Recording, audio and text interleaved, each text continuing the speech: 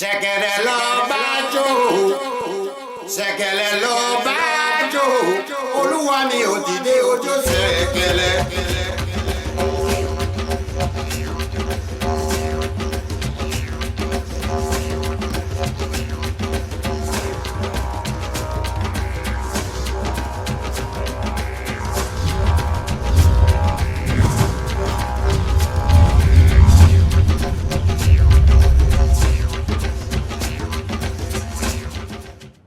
Hello and welcome to Theoryforge Chronicles. I am Phantom X, joined as always by Sog, legendary neurotoxin, and the infamous Diggs. And we are joined by a very special guest, King Archibold von Rothe. So how's everybody doing? Great. Doing good. Awesome. Good. Doing lovely, thank you. Yeah, this is going to be a fun Friday night. We have a king with us. So before we get started, though, I'm sure everyone already probably knows who you are, but why don't you just take a minute or two and kind of let everyone who maybe doesn't know who you are and what you do within Illyria. I'm the infamous Diggs. And Two words came to mind there, Diggs. fuck you.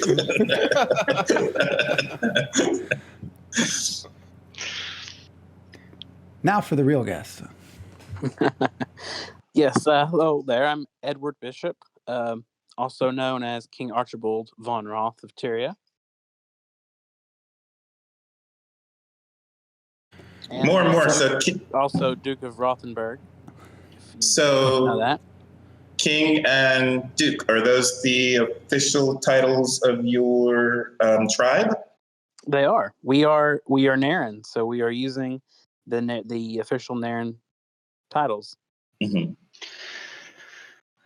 And let's give a description of where that is. So that's in Tyria, and it's in the Rothenburg is in the northwest of Tyria. Is that right? We're the Northeast of Tyria. Duchy on the coast.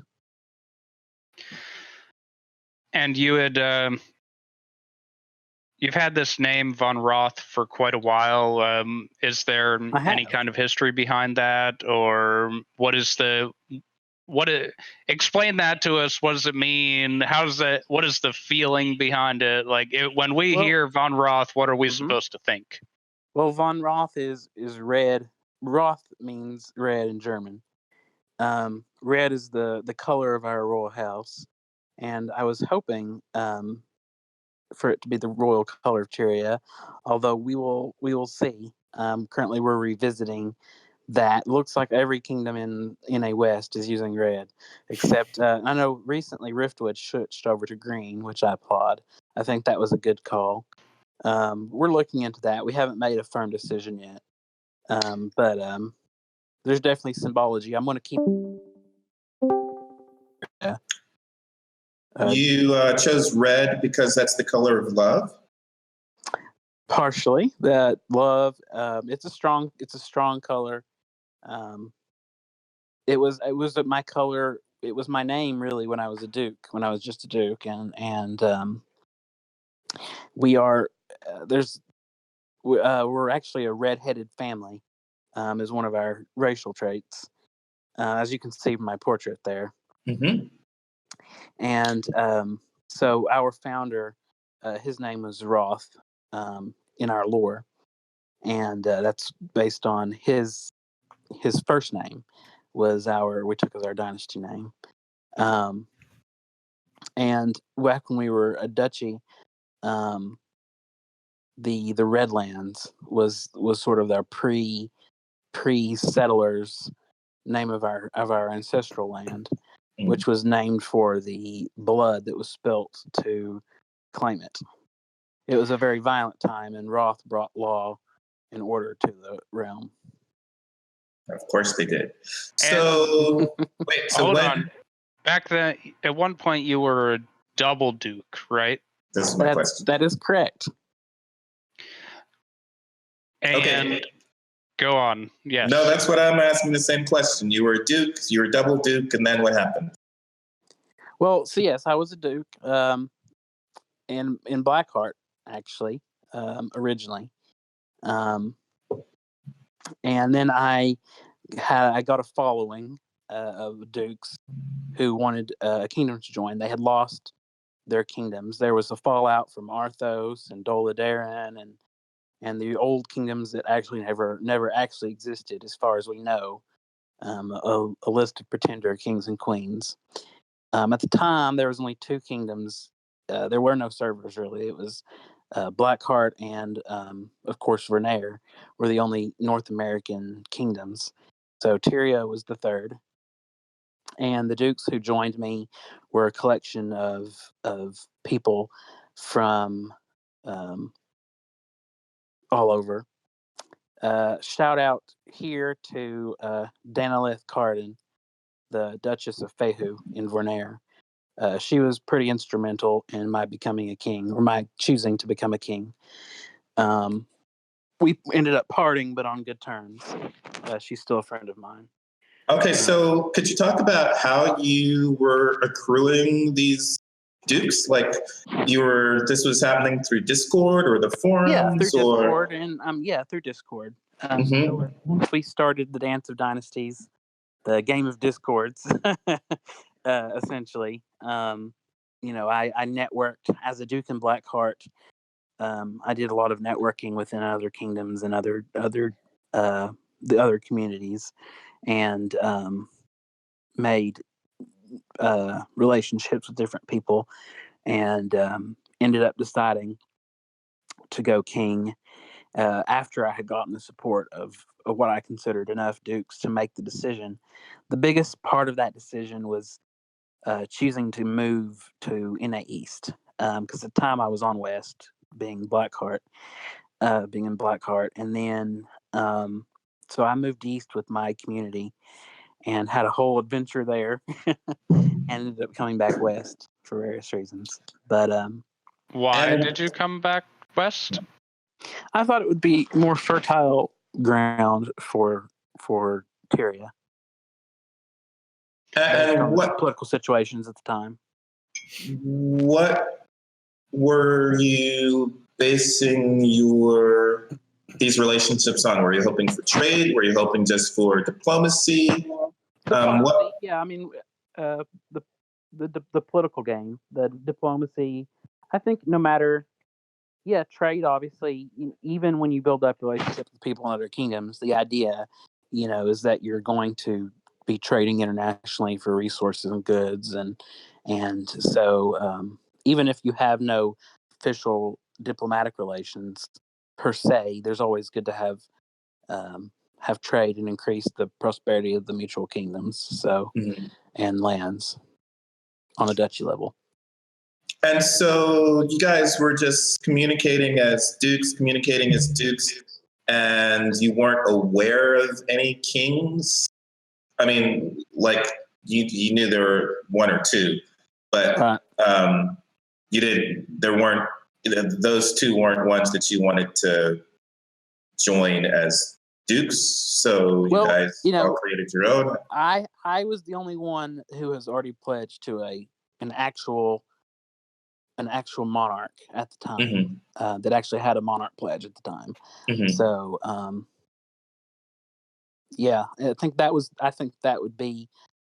my impression from them, is that they had an alliance of dukes who had not yet. I think actually for a while they had intended to not pledge to a king at all, and then decided they, for community building purposes, I think they were originally going to try to do something like Stellaris? What do they call themselves over the new? The Solaris Confederation. Yes. Yeah. I think the need to be something like loose confederation of free duchies that are officially still a part of Kairos, but right, they are declaring to be otherwise the moment they can. So I ended up taking about 3 different communities separately to build up what was Tyria East. One of those communities was very much like Stellaris. Actually, I think is, now that I'm thinking about it, that very, very independently minded dukes who wanted a laissez-faire kingdom. Part of the move west was on a bit of a philosophical clash with them. I think Tyria, our administration, and the dukes that remained with me wanted a stronger central kingdom authority, which did clash with that particular community's more laissez-faire ducal sovereignty principles. So now you have placed a kingdom, and you have in your kingdom all but 3 of the duchies are claimed, which is pretty much the claimed. I don't mind announcing it now, officially on air. We have another duke who will be joining us Sunday evening. So you have 2 that are unclaimed. Correct. Nice. So yes, we know that Shadow Spring will be claimed as soon as the pick windows are over, and then that'll leave Green Toad and Gray Pool unclaimed. When I look at this map, like you've been building a community and building relationships with dukes over the course of years now, but I look and I see Tyria to me, because looking at the names, right? So we have Kiest and Anir that have very similar names. We have Midamura and Omokama that have very similar names. We know Thorn is, a unique kind of spot. However, is a unique situation, and then so it has this feeling, from my perspective, kind of a misfit kingdom. Like, what brings all of you together to make you Tyria, or is that not a thing? That's a perfectly valid explanation too. Tyria is definitely multicultural, multi-religious, based on how it fell out with how SBS designed the kingdoms. I think we have the most biomes of any kingdom, and so therefore the most diverse biomes. You mean? Yes, correct. The most diverse biomes. So four distinct tribes and 4 distinct biomes. And they are very distinct, as far-reaching. One is, semi-arid desert, and then one is tropical wetlands. So, very, very distinctive. So, which part of Tyria is the real Tyria, or are you all the real Tyria? We're all Tyria. We're all. I'd say it's clear the influence. Tyria is.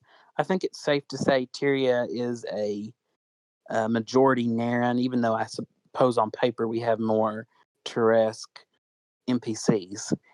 Tyria is a majority Naren kingdom. There's a couple of our non-Naren duchies who will have Naren nobility majority.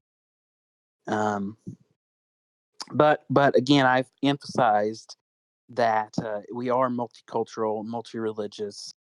Freedom of religion is something we promoted from the beginning, to say that no matter what, even we have a non-orthodox, the cult of the melon has decided to settle in Tyria religion. So we're open to multiple interpretations of culture and religion, aside from even the official ones.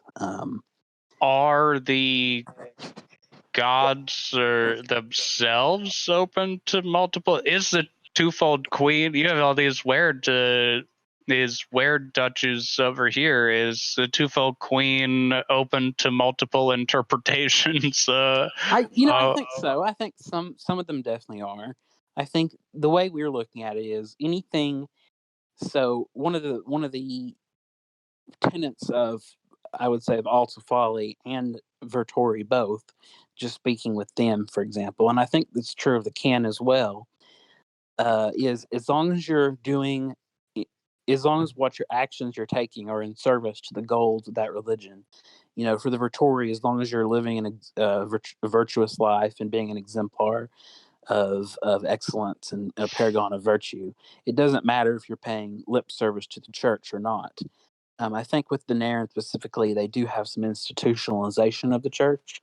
But I think as far as the gods themselves are concerned, and I think it's true of the twofold queen as well, as long as what they're doing is in service to the goals and the philosophy of that religion, that I think they would encourage that openness, because they would see, the way I would think a twofold worshiper of the queen would see it would be, if a Naren who might be a member of the Church of Rothe is out there um, healing the sick and injured. I mean, that's, for as far as they're concerned, that's in service to the twofold queen's life-giving aspect. Or if they're out there, if we have a Turesque assassin, somewhere just randomly posing as a merchant, then if they're actually pulling off successful assassinations, that might be in service to the twofold queen as well, from their perspective. Likewise, with our Vittori Narens doing their thing wherever they're at. So we have I guess you could say it's a ecumenical religious philosophy.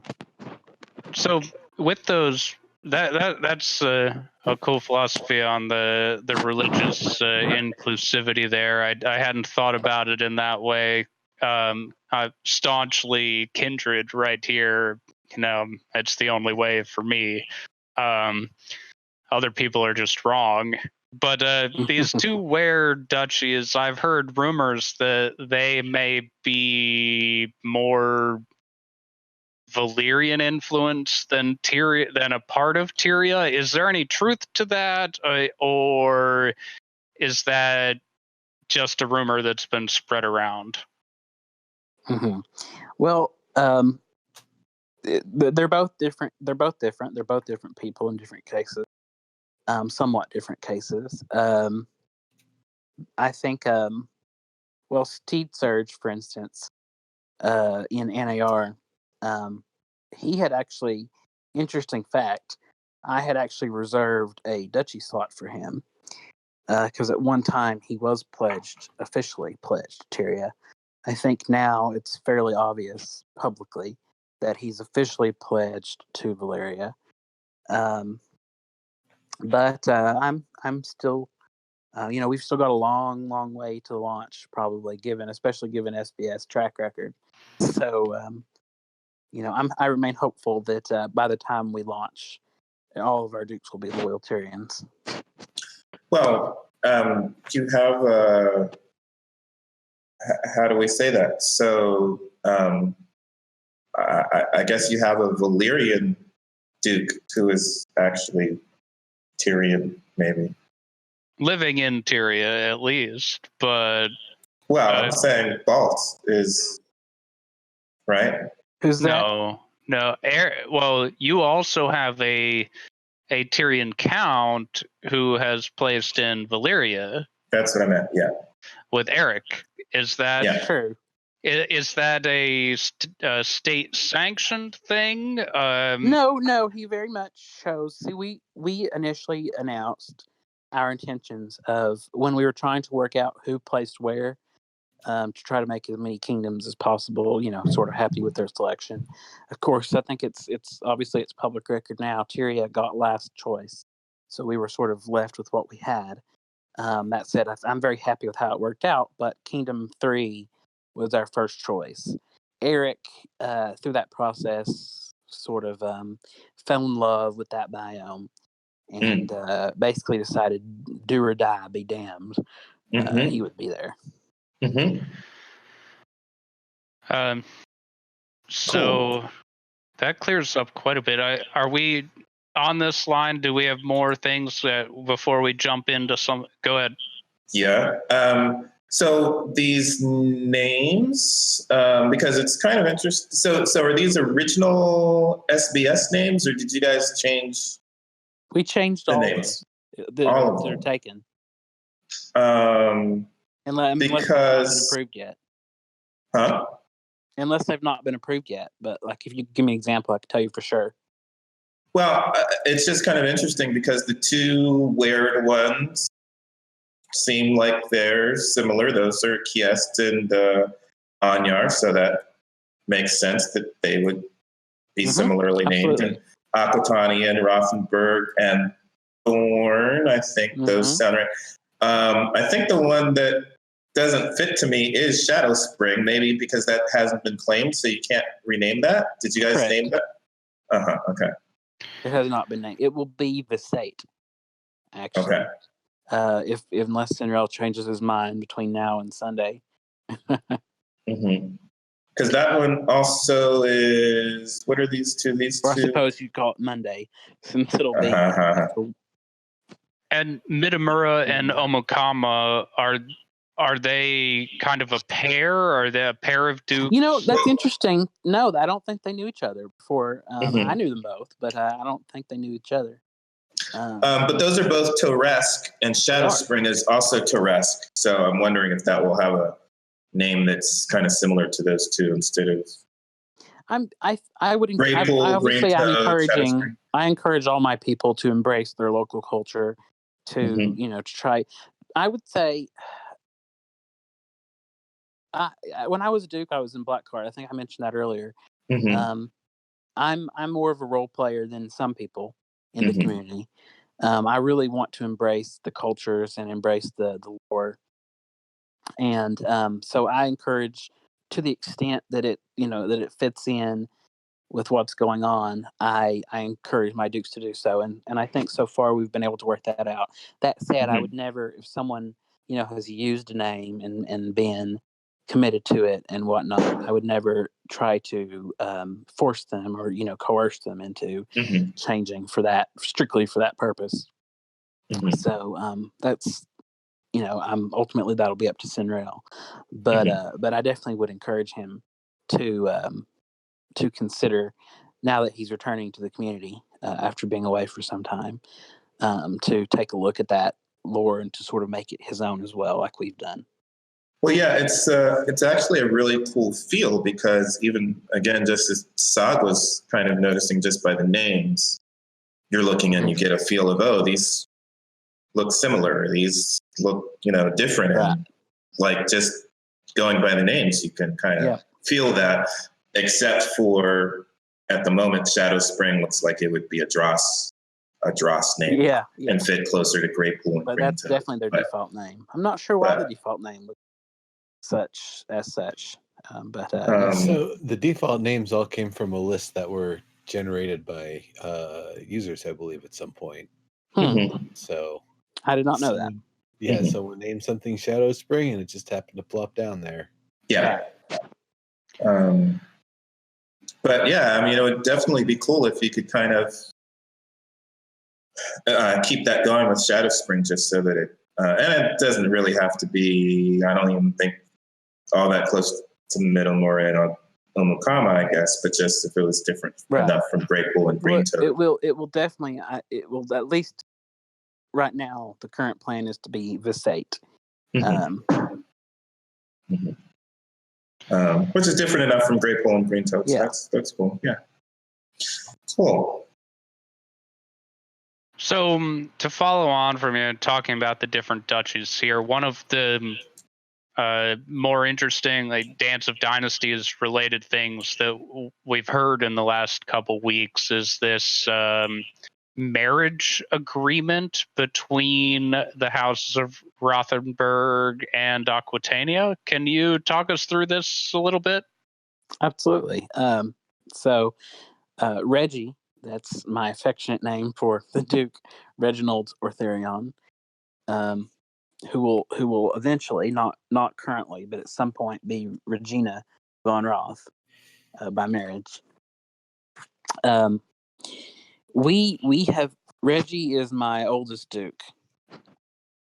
He's been with me since I was on East, since I moved the community. He stayed with me through thick and thin, through the whole ordeal, and has been very, very supportive. He and his entire community have been very supportive of the kingdom and of my efforts. So it was really started back just this past January. We started talking about potentially having stronger ties At that time, we decided not to. I think based on we didn't want Dukes to think he was getting special favorite treatment or whatever, that he would be favored in such a way. For instance, the situation in Thorn would have been a little different if they had known they would be placing in between essentially a duchy that would end up merging. Thorn was actually pretty instrumental in us making that decision. So I don't necessarily know we would have announced it so soon if the situation had been different in the grasslands. Simply because the borders would be a little different and the political situation would be a little different there. So we've always had strong ties, but we decided to go ahead and make it, basically the strongest ties possible in that regard. So why is Reggie becoming Regina? Well, so that he can actually be the Queen of Tyria, as the Queen of Tyria, and that way our heirs can actually be heirs to both of our bloodlines, rather than contracted out separate. Rather than adoption. Adoption is okay too. It is, absolutely. I'm adopted in real life, so I 100%. Yeah. That, but so you should have the two kings get married. I think we discussed it and we decided that we wanted it to be, a natural dynastic bloodline marriage as well. Okay. Not strictly a political marriage. Okay. So in the second generation, there will be one heir to both of those duchies. That's correct. And you mentioned you skirted a little bit on the situation with Thorn. Oh, well, I mean that's fair. It really wasn't the time to get into the specifics, but if you want to do that now, that's fine too. And if you would prefer not to, we have plenty of things to move on to. No qualms at all. Getting into that. What specifically would you like to know about it? I mean, if I were Syntax and Cecilia, the Thorns, and all of the sudden, I had a really early pick because I had lots of IP and I got the spot I wanted and the kingdom that I'd been a part of. And then as soon as I did that, I found out that the two largest neighbors of mine are merging together. I might feel a little bit, claustrophobic. Should they feel claustrophobic? No, they should not. And they know they should not. They know based on the situation, and we've obviously discussed it. They were actually the first people we told, partially for that, anticipating that feeling, because it is a legitimate, logical feeling that some people I could see them having. So they were the first people outside our immediate family to know that before we announced it publicly. Reggie and I are happy to have Thorn in the kingdom. We did have to change some plans that we had made to accommodate them, but we were happy to do so. Ultimately, I think it'll all work out. It's actually Tyria is a stronger nation with them, and I think the grasslands are stronger with them, and they've been nothing but supportive of the royal family and our move. So I think we're all on the same page in that regard. Chronicles of Valyria has polygamy? So I've heard. Okay. I'm not sure Naren approves. Are you trying to get in on this? I say, where are you going with this, Diggs? I'm just saying, maybe Thorn wants to also become part of the family. I'm just saying, I think they have a strong dynasty of their own. You know. Okay. So before we get move to international relations, let's talk about like current events in. Wait, I have one. Okay. I do have a question. It might be along this segue. I was noticing one of these had fishermen as the major, as like a top profession, but it didn't seem like maybe it's even just in Shadow Spring. It's just fishermen. Yeah, Shadow Spring has that fisherman as top profession. Doesn't seem like there's a lot of fishing room to go there. It's all of that region is the tidal marsh, so it's all like that. It's like the Everglades, like that whole region. If you zoom in and you look by the coast, like some of the towns barely even have any land. It's all stilt structures. It's like really cool area. But we had a shiny, talking about the tropic monsoon rain. What do you got? Neurotoxin, you've been a little quiet today. I assume you watched these videos. What are your takeaways? Yeah, the rain and weather effects look good. I'd like to see a little bit more about how that impacts your light source. If you're carrying a torch, a candle, a lantern, even what sort of effects, how wind and water are going to impact your equipment.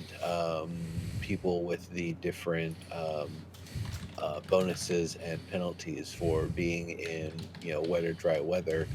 I'd like to know a little bit more about, is in a rainstorm like that, is Aware just going to be like, just completely miserable, like cold and every time the wind blows, it's just like, I don't want to do anything. Like that's what I'm wondering about when I see that. Is like that's a pretty substantial looking storm. I don't want to stand in it. Me personally, I don't want to stand in that.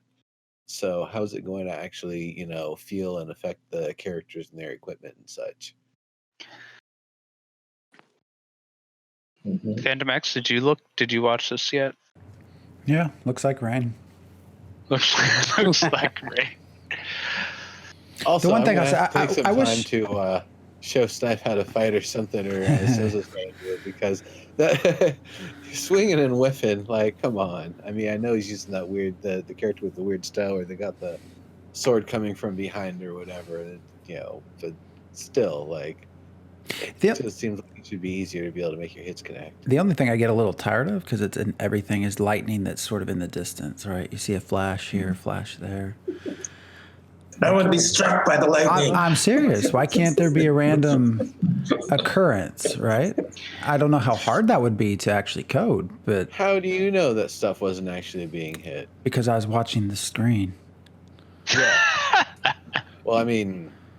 I wasn't trying to be... I mean, that came out very sarcastic. I guess it was. His character didn't get hit. I didn't see a clump of... I mean, look in the distance. It's in the distance. Fly. It's not hitting anything. It flashes. Flashes. I mean, why not have a Maybe chance for your that's house to where catch on stuff will fire? come in There's actually a sooner, term or- for it, isn't there? Like for that kind of like flash lightning rather than bolt lightning. Yeah. What is that? I can't think of it, but yeah. But seriously though, why can't there be a chance, small chance, but a chance of something catching on fire? How else are we going to get glass? How else are we going to get glass? We're going to create our own heat sources. Where'd you learn that from? They already know. The gods taught us. Lightning struck something and they saw fire. Thank the kin for everything that you've been granted. There are visible bolts. People are going to be in that super gift. disappointed that I don't follow any religion. So we'll see how that ends. I'm already super disappointed that you don't follow any religion. And I'm going to have more fun than the rest of you. So the religions might follow you. I'm sitting back here thinking, what can I come up with that will... The question, Snipe Hunter, you're saying that there are bolts in that GIF. Do they actually contact things, or are they, intending to in the future? Yeah, Snipe. That's my. I'm just curious whether there's a chance I could get electrocuted, basically. And then turn around and yell at the developers for putting something in that killed me randomly. Yeah, is it a good play experience to randomly die? Hey, we're trying to get immersed into a game. Yeah, but if you get struck by lightning and kicked back out to a Soul Spark selection menu, are you immersed into the game? I'm just saying. That should totally reward you with a talent. Yeah, I agree with that.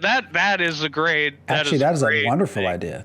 Don't follow a religion and see what happens with the lightning. There's technically There's technically a chance. We don't know the name of armor and you climb a tree, then good luck. We don't know the name of the Kin of Storms yet, but I think that he might not like Phantom X very much. Oh well, that's fine. I don't believe in him. So store items. So some came back for the Anniversary. Yeah, we had a couple things come back. Yesterday's items were the stargazing kit and the solar system ball thing for your desk. I don't remember exactly what that's called. Today we have the Lost Vault recipe kit, which has the recipe for Glotato vodka and a portable pot still. So that's pretty cool, although vodka's not made with a pot still. It's made with a different kind of still. It would be Glotato whiskey or something, because that's what you would make with a pot still. Just saying. You guys have subject matter experts. And today we also have the Twilight Garden kit available. I have not picked up any of these things. Are these? What are they under? What are they under? The first tab in the store, promotional items. Merchandise store promotions. So the daily items are the Lost Vault recipe kit and the Twilight Garden kit. Okay. And then weekly items are going to swap during the sale too, if I'm not mistaken. Is the Forest Farming kit a daily item also? Or is that a week? No, that was that's there. the week. That was the weekly one. Yeah. Yeah, I can't use that. Why? A battle cat? I'm not in a forest. It doesn't apply to tropical wetland. I was thinking Phantom might want one of those. I'm gonna try. He's probably not anyway. I'm not gonna be limited to biome. What are you kidding? I'm gonna try to grow stuff everywhere. Yeah, so you might get one.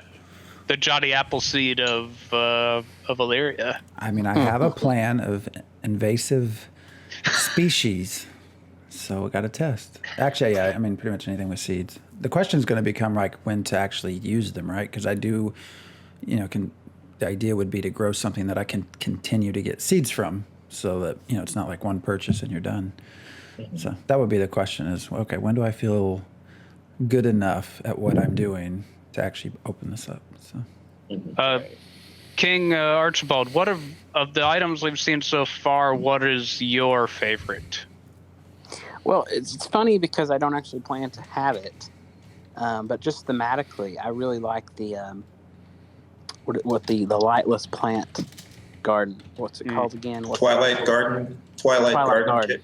Yeah, it's funny. I think it was designed for the frothy and the weird delving settlements, probably, if I were guessing. I could definitely see it being a popular diversion among the Blackheart nobility in their blackened chambers, having an indoor garden that never sees light. Whether or not I'm going to have one of those, in the dungeons beneath the castle. Coincidentally, our castle, White Rose Castle, is the name of the castle I'll be designing as my design experience. for Tyria. Whether or not we'll have a Twilight Garden as a feature, I haven't decided. But I love the aesthetic and the thematic idea behind that particular item. So, if you're not going to actually have any, what's your plan for getting through the longest night? Are you just going to have piles of torches and barrels and barrels and barrels of preserved foods and stuff? Like, what's going to be the plan? Yeah, I think we're Tyria is a breadbasket nation.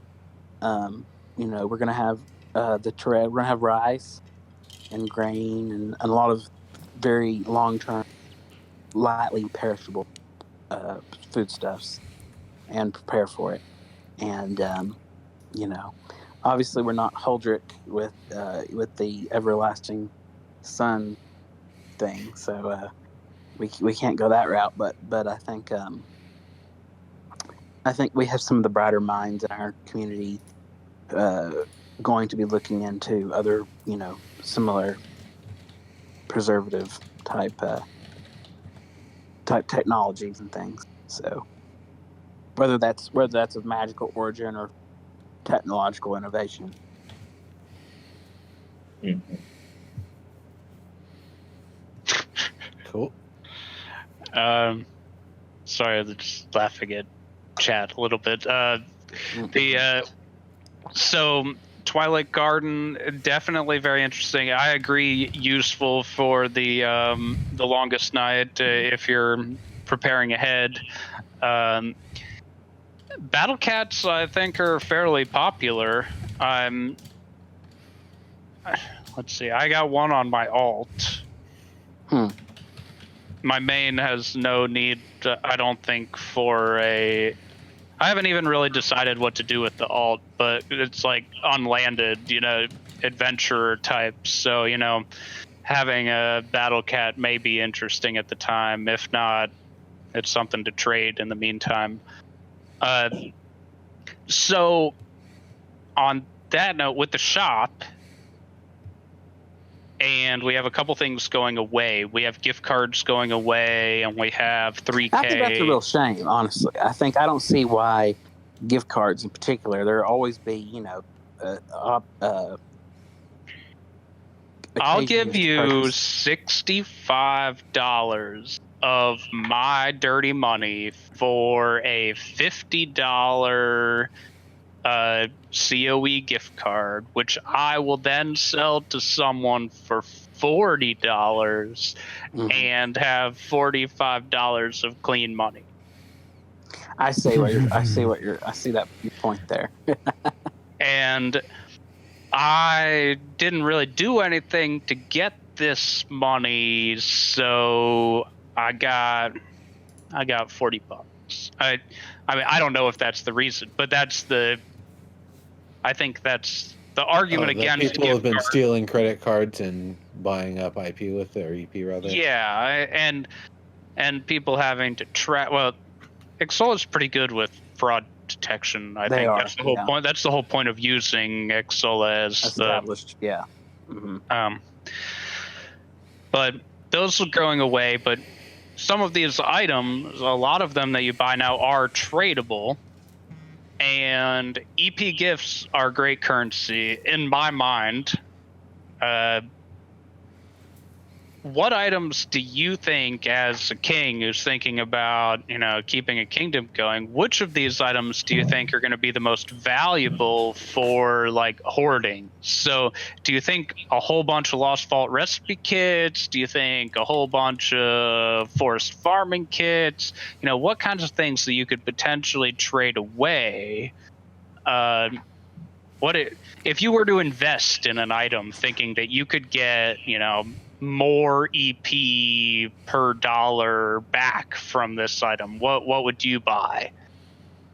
I maybe the Lost Vault recipe kits, because they're exclusivity, long-term investment, needing those exotic resources, high-end in-game type crafting. I'd say that'd be a solid investment. All right, I'm buying 12 of them right now. How much would you buy a mystery box mystery gift for? If you were in the market for a mystery gift, here we go. For the record, I'm not. If I were, okay. what is the EP value of a mystery gift? That's a good question. I'm really not sure how one could,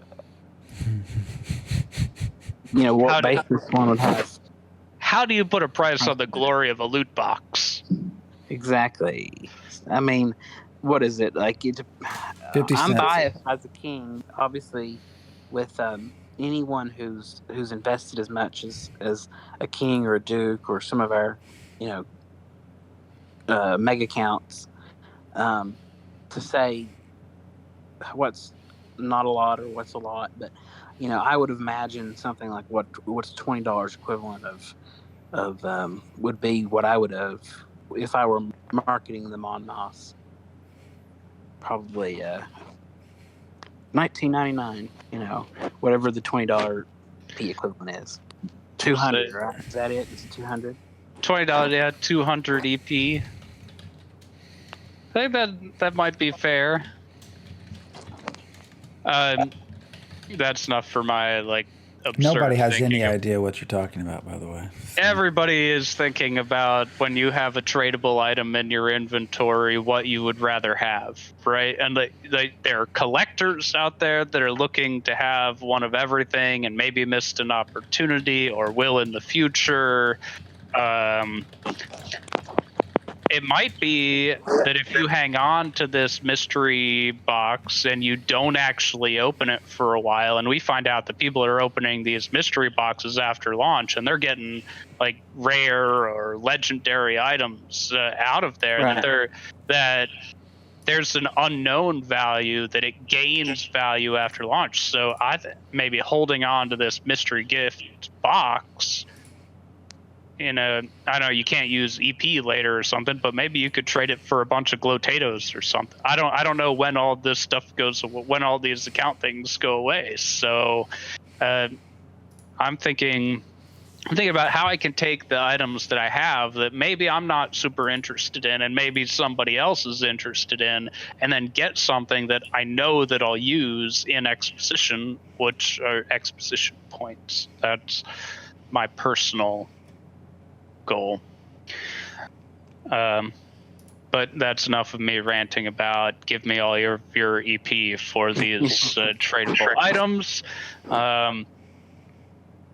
We still need to talk for 5 minutes or so on international relations. Let's open this up with who has the largest border with the only kingdom openly declared to be expansionist. If you're the king of Tyria, please raise your hand here. Has Blackheart openly declared to be expansionist? Is that Erdrick? Yeah. Has his duchy. Definitely his duchy. That's true. That is a fact. He did announce that in his duchy recruitment post. I live right there too, so I'm wondering what your take is on that. Well, we have a long history with Blackheart. I was a Duke of Blackheart at one time. Tyria had an alliance with Blackheart that broke down. So,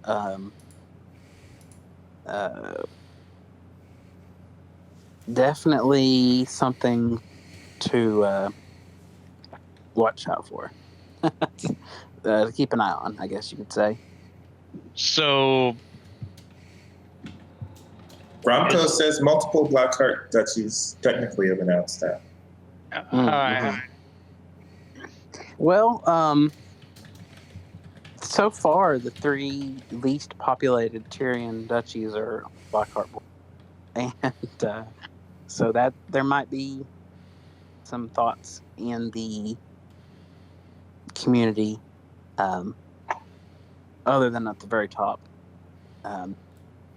that might be actually or it's a risk. It's a risk reward type situation. Anyone who places there, knowing that that they're going to be in for, if not actual war, hopefully not actual sure, but certainly some form of PvP content.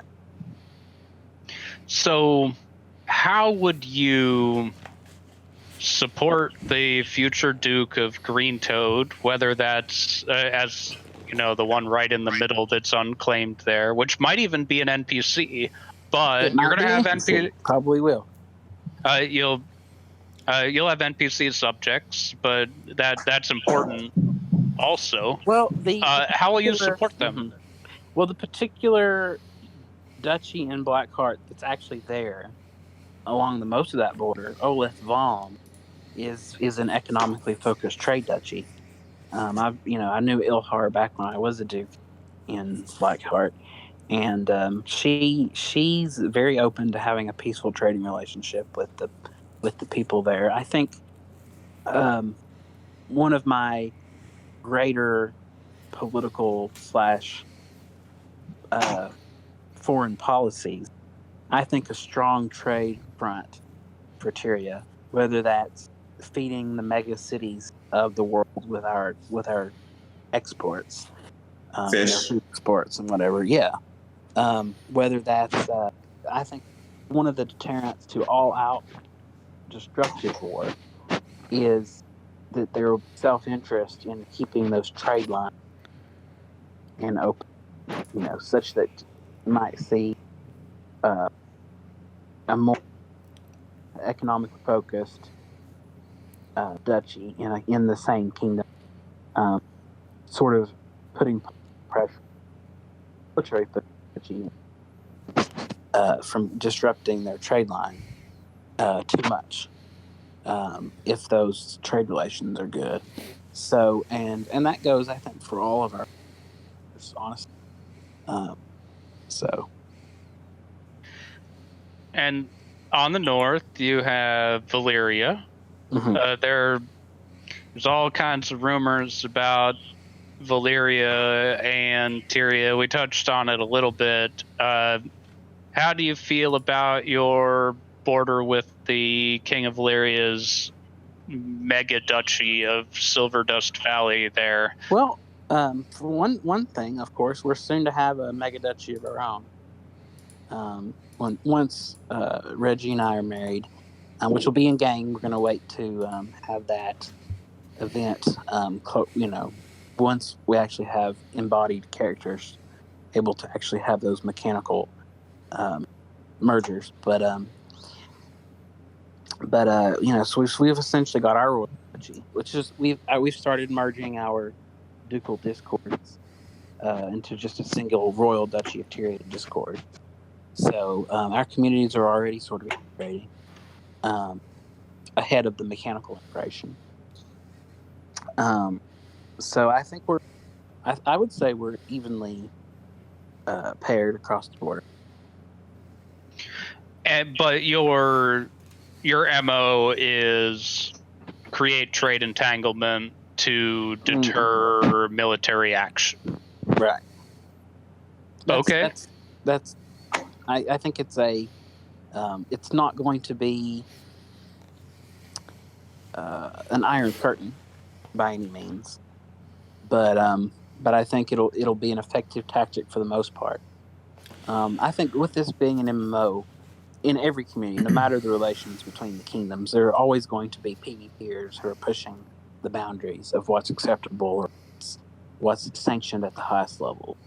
So even if we're not at war with Syria at all, I expect there to be PvP raids and skirmishes from independent communities who are not necessarily sanctioned by the crown, by either crowns. And then I'm sure that'll be true in every kingdom. Whether or not those will cause a casus belli, and to what extent the independent guilds and factions, as far as the kingdoms are concerned, we could chalk them up to being bandits, right? To say, oh well, they're not representing the interests of the kingdom. But at the end of the day, if they're raiding and bringing stuff back to their respective communities, it's just a matter of how the story engine is going to recognize a frontier. I guess when I hear, I guess the devil's advocate is, when I hear, well, there's something like, to the degree like, well, there's a more military based kingdom here next to me, I'm going to get them to not fight me by sort of becoming a trade hub. I guess what happens when they say, why am I paying, when they come to the realization, right, of we're strong, why am I paying you for something I can come take? Right, and that's again another key part to our strategy, is to show that we are to shore up our defenses, to spend EP and in resources, and being we're not a soft target. Yeah. To say we're not necessarily aggressive, we're not on hostile footing, we're looking to conquer the world, become an empire necessarily. And then what happens is we can invest all those resources, spend aggressively, defensively, and I think the defenders will have major, especially when we're invested into it. To say the reason why they'd rather spend money rather than just kind of take what they want is because it's easy. It's going to be significantly easier to do so. If someone is going to come into Tyria hostilely, the intent would be to show them that we're not simply pushovers. We're going to fight back. It's going to cost them more resources to take it militarily, in human capital, so to speak, but also in the required and the logistics expenditures for a sustained military operation are simply going to be outweighed by the economic benefits of doing it the peaceful way. Yeah, because that's also where I wonder about relationships with like Valyria or Riftwood, or even if worse comes to worse, Ashland, Aranor, from the sea. But, right. Just thought. That's true, and we focused on the neighboring kingdoms, but absolutely with Aranor and Ashland, we've already been in talks with trading with them, and I think part of our and that's sort of another aspect is you're not simply relying on your direct trade within the hostile kingdom to prevent the hostile kingdom action. You're also relying on your trade relationships with other kingdoms. So, for instance, if Tyria and Riftwood are trading, have a strong trade relationship, such that, for instance, the large cities in Riftwood are relying on grain and imports from Tyria, for instance, then any hostile action, for instance, would disrupt that trade as well, and therefore more likely that the two kingdoms would actually share defensive resources to protect those trade interests. That it doesn't have to be a formal military intervention as much as a mutual defense of mutual self-interest trade, and that way you're not relying on the person's goodwill but their self-interest, which I think is maybe it's my cynical political in general, but I think is a probably a fairly safe overall philosophy to take. Yeah, your kingdom definitely seems like the sort where a mandatory draft sort of thing would make sense, where all civilians up to at a certain age have to spend like neutral. A lot of countries will do this in Europe. Yeah. Countries neutral, but I think the idea of that works doubly well here because there's just a general day-to-day threat level. You're out on the open road, something can just come by and the idea that every citizen is trained and armed. It's got the plus and the minus. The plus being if anybody else comes in, everybody will arm up and defend and be able to do something effective. The downside, of course, is if there's going to be any sort of rebellion, they're super organized and they know everybody. So Right. good luck. So what are your thoughts on that? I mean, I think it's sort of built into the Naren culture as the levies, feudal levies, and the Vertori's emphasis on well-roundedness and preparedness and excellence in mind, body, and spirit. So I think that certainly for our grassland population, I think that will be something we have always been interested in implementing. And as far as spreading it out to the wider kingdom, I think it's I think the Weird, that's pretty much exactly how the Weird operate their military. Since they're not an offensive soldiery, they're more of a defensive guerrilla warfare type citizen soldiery. So I think you're absolutely right that's the way the Tyrian defense system. We haven't gotten a like the National Guard of Tyria essentially would most likely operate on a levy basis, and we would probably devote resources into making sure our population was prepared for that as possible within reason, like you said. Cool. There's one more border that we didn't cover, and I can't ask those questions because I have stake in it. So somebody else want to talk about that one? You're talking about Riftwood. We were just talking, right? I don't know about specifics that you would like to talk about. I don't know if there are any specifics to talk about. I just didn't know if anyone had any specifics that they wanted to bring up. But it's better to have an outside perspective I guess than the guy that placed on the border. Yeah. Why? I guess that's a question. Whether we're talking about it. Whether there's. I think you've already answered that, right? Some discussions with other kingdoms and beginning discussions, right? Yeah.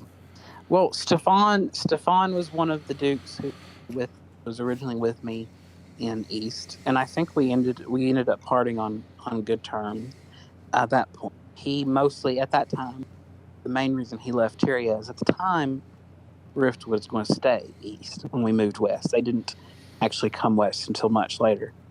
Was my understanding, and the conversations we've had since then have been of a friendly nature. So, as far as actual political relations, I would say they're very good with Riftwood. The chat would like a comment on Tarraguin's decision to leave Tyria and come to Riftwood. Mm-hmm. Well, from my perspective, Tarraguin and Plume, once we came to Kingdom 4 and knew we were going to be there, they were already there, committed to placing there. So it was a shock, to say the least, that they chose to leave. We were sad to see them go. We thought they were, a strong, and they are a strong community to any kingdom and an asset to any kingdom they place in. And we for our part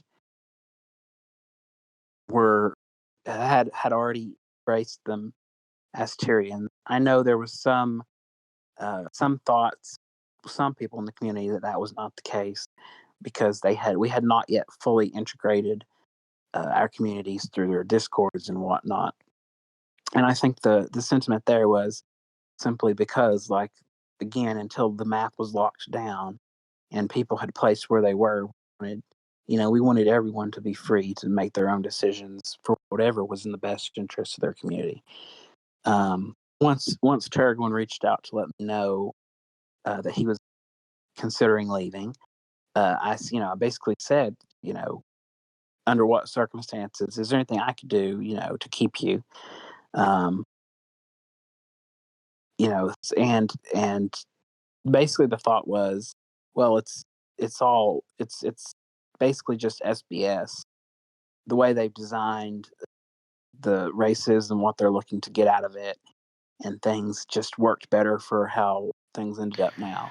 So, and I applaud their effort in their community. And actually, several people, several counts that were members of Van Deer who had already committed and remained committed to the Weird Land, that they were wanting to take, stayed in Tyria and are now loyal Tyrian counts in those allegedly Valyrian duchies. So we still value, and of course Thorne also maintains good relations with their former, and I mean their current allies, but former is in terms of being in the same kingdom with them. So I think we have good relations with them still, and are looking forward to a strong trade relationship and some mutual agreements when it becomes appropriate to do so. Anybody else have everything before we give our guest a chance to give his best pitch for people to join Tyria and Rothenburg? Yeah, a couple of quickies. One, why did you put your capital in what could potentially be the least defensible position with a good navy? Well, we plan on having a good navy for one of our own.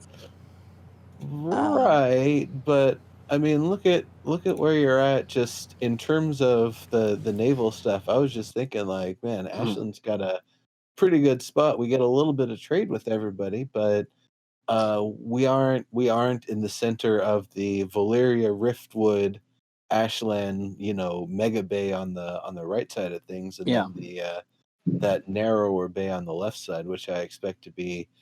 I expect that to either be high trade or high battle, and I don't know why. That's certainly a good question. I definitely considered putting the capital at what is now. I'm not sure if it got renamed yet or not. If the SBS approved the name, but that stronghold there in what used to be Westdale, which is now in Aquitania, there on the border with the Weird. I considered putting the capital there strictly for purely defensive purposes. I ultimately decided against it because I wanted a trade-focused, prosperous capital for the kingdom with high mobility access to, because essentially our kingdom is split along that coast mostly, with inroads into the west, but not all the way because that's Blackheart over there. So I thought it would be the best location for the capital. I think as far as the defensive qualities go, yes, anyone who wants to take that capital, in my opinion, would need both simultaneously: a superior army and superior navy. Because as long as that, and I think that's another benefit of our political marriage with Aquitania, by the way, is as long as we sort of have a secondary capital to fall back on defensive inland, as long as our sea superiority is secured, the royal family can always move by sea. If the land were to come under siege and them not have naval superiority. Likewise, if the navy invasion were happening and we weren't able to rebuff that, as long as they did not also have superior army forces sieging the capital at the exact simultaneously, we could always move the capital to Reggie's seat there at in Aquitania. So in former You say Westdale. move the capital very lightly. You're looking at like 5,000 parcels or something. Yeah, I mean, obviously it's a major effort, but it would be an emergency situation in terms of war.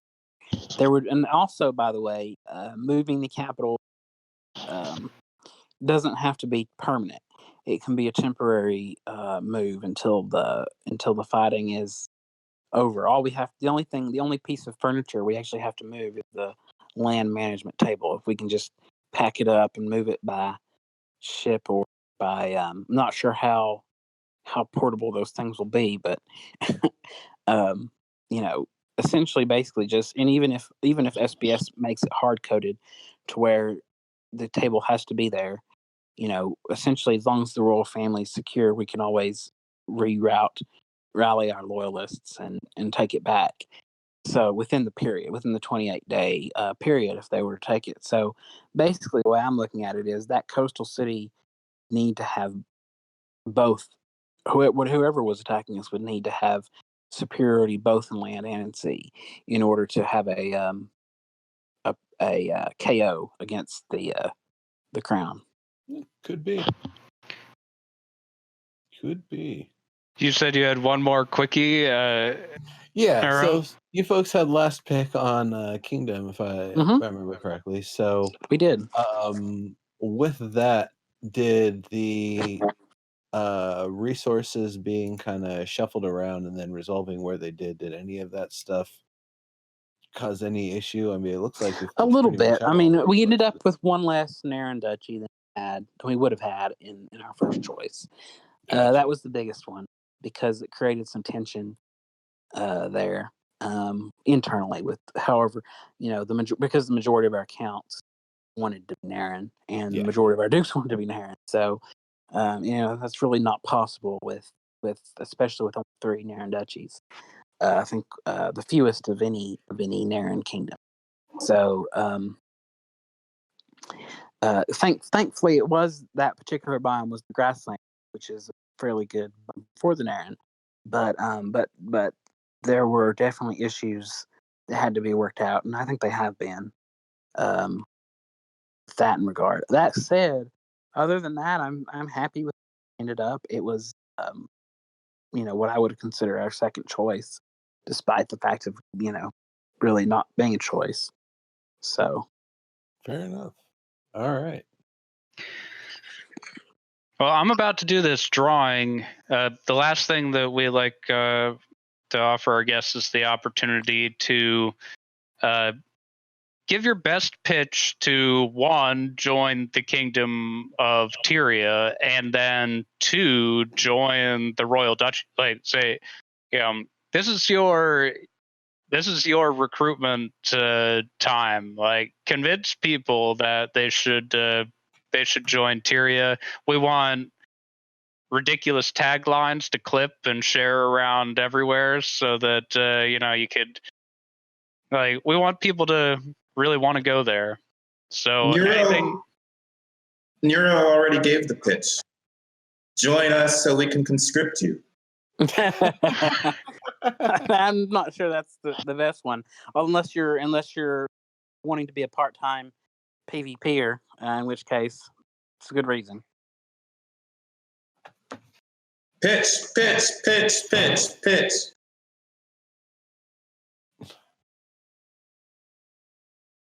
He's writing. Well, if you wouldn't, could you do the drawing and then come, and then we'll end on that note, if you wouldn't mind? Would that be possible? Yeah, Thank you. I can do that. I wasn't going to do any. I'll talk about it as I do it. Our first person was not here. Drum roll.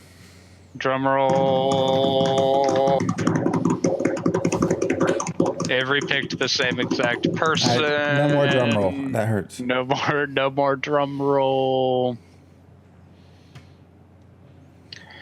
This person already won, and that was not supposed to be allowed.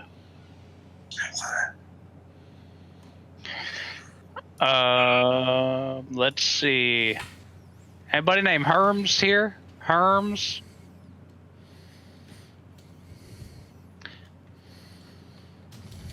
I don't see a Herms, but I'll give him a minute.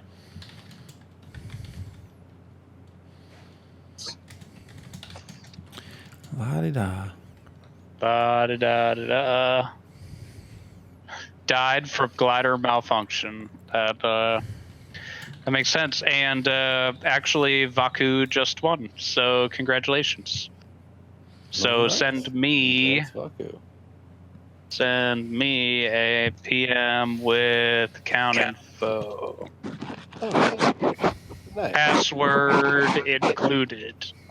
Password included. Yeah, send us your password so that we can send me your deposit account the EP. name and password, and I will. No, I just need your COE account name so that I can actually send you 600 EP. and I will do that right now. And in the meantime, let's listen to the king with his join Tyria and join the Royal Duchy pitch. Absolutely. So, in Tyria and in the Royal Duchy specifically, but in Tyria in general, we offer, for those who put in the effort, there will be a lot of profit to be made, and a lot of perfection to be had with your community and your character and your family. We're dedicated to building the mechanics of the game as SBS designed them for success on the kingdom level, and the Crown will support all of our citizens to achieving them as they see fit, whether that's interested in PvP. I guarantee you there will be something interesting going on in Tyria in that regard for you as well. And of course, our focus on trade and on development. If you want to build a settlement, there's some of the nicest land in the game, in the grasslands, still available. I've got a very nice town in my royal duchy, in my royal county actually. If someone wants to contact me, we have some nice counties available left. Also, we have a high emphasis on meritocracy, on social mobility. If someone wants to work their way up in the game from all the way up to Duke, we have opportunities available for that. So, by all means, a lot of people have said in previous episodes on the show that, basically they have something for everybody. I think that's actually more true of Tyria than anywhere else, considering the diversity of religions and tribes we have. I actually think that is a legitimate strength of our nation. So, and an opportunity to make a name for yourself in a slightly smaller community where your impact and